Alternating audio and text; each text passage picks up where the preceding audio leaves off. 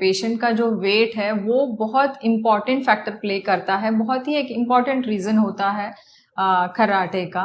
तो सबसे पहले पेशेंट को यही बताने की हम कोशिश करते हैं कि वेट लॉस उसका मेन स्ट्रैटेजी रहना चाहिए। वेट कम करना डे 1 से शुरू कर देना चाहिए।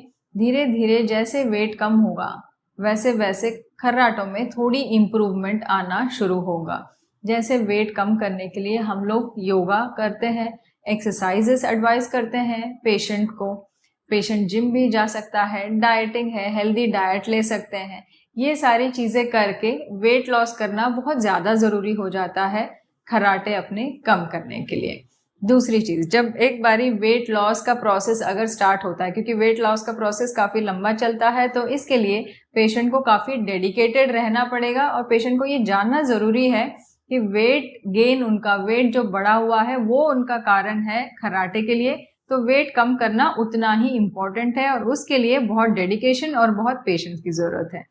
दूसरी चीज़, वेट लॉस के अलावा जो हम देखें तो हमें लाइफस्टाइल चेंजेस करनी है, हैबिट्स चेंज करना पड़ेगा।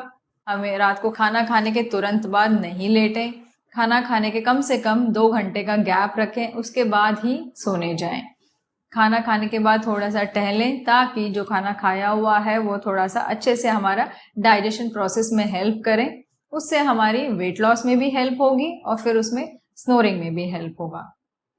तीसरी चीज़, जो स्मोकिंग है, अल्कोहल है, वो बिल्कुल अवॉइड करें।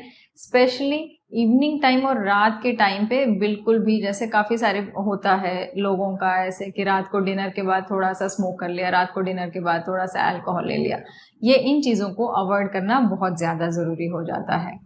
और अगर जब हम लेटते हैं, खर्राटे बहुत ज़्यादा आते हैं, तो खर्राटे का कुछ ऐसा स्पेसिफिक पोस्चर होता है, जैसे हम पीठ के बल लेटते हैं तो उस टाइम पे हमारी हवा बिल्कुल सीधे होके जाती है, तो आवाज़ आने के चांसेस बहुत ज़्यादा रहते हैं। तो ऐसे पेशेंट में हम पेशेंट को ये एडवाइस करते हैं कि पीठ के बल ना लेटें, उनको एक करवट लेके लेटें, चाहे वो राइट साइड या लेफ्ट साइड, जैसे उनको कंफर्टेबल लगे।